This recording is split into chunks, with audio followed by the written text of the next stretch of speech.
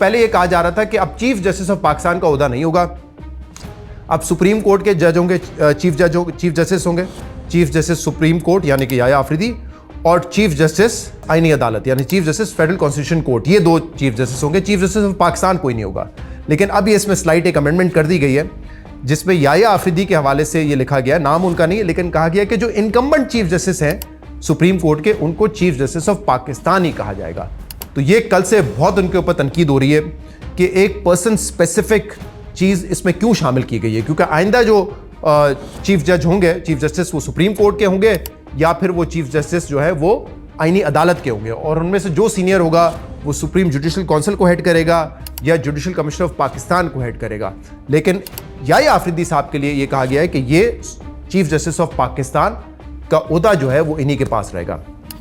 अब इसमें इंटरेस्टिंग बात क्या है?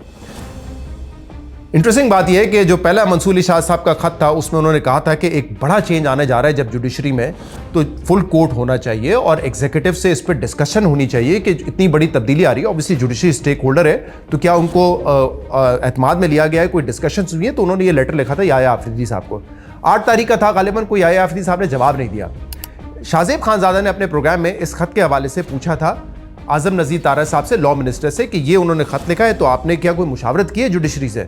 तो आजम नज़ीर तारर साहब ने कहा कि नहीं, अगर हम जजेस से मुशावरत करेंगे तो ये जो उनका ओथ है वो उसकी खिलाफ वर्जी हो जाएगा, उनके कोड ऑफ कंडक्ट की खिलाफ वर्जी हो जाएगी। हम कैसे पूछ सकते हैं कि जजेस कैसे उनसे मशवरा कर सकते हैं, क्योंकि ये तो पार्लियामेंट का काम है कानून साजी करना, तो लिहाजा जजेस से कोई मुशावरत नहीं हो सकती। लेकिन कल शहबाज शरीफ साहब वज़ीर आज़म पाकिस्तान जब तकरीर कर रहे थे कौमी असम्बली में, जब ये वहाँ से अमेंडमेंट पास हो रही थी, तो उन्होंने ख़ास तौर पे शुक्रिया अदा किया chief justice of Pakistan Yahya Afridi का कि आपने भरपूर मावनत की है 27वीं तरमीम में, भरपूर मावनत की आपने 27वीं तरमीम में। अब प्राइम मिनिस्टर उनको खराज तहसीन पेश कर रहे हैं, उनका शुक्रिया अदा कर रहे हैं, और लॉ मिनिस्टर कह रहे हैं कि जजेस से बात करने का मतलब है कि उनके कोड ऑफ कंडक्ट की खिलाफ वर्जी हो जाएगी। तो क्या वज़ीर आज़म साहब जब शुक्रिया कर रहे हैं और मावनत की है, तो याया आफरीदी साहब ने क्या बकौले आज़म नज़ीर तारर खिलाफ वर्जी कर दी अपने कोड ऑफ कंडक्ट की? उन्होंने वायलेशन की है उसकी? ये जवाब वो दे दें।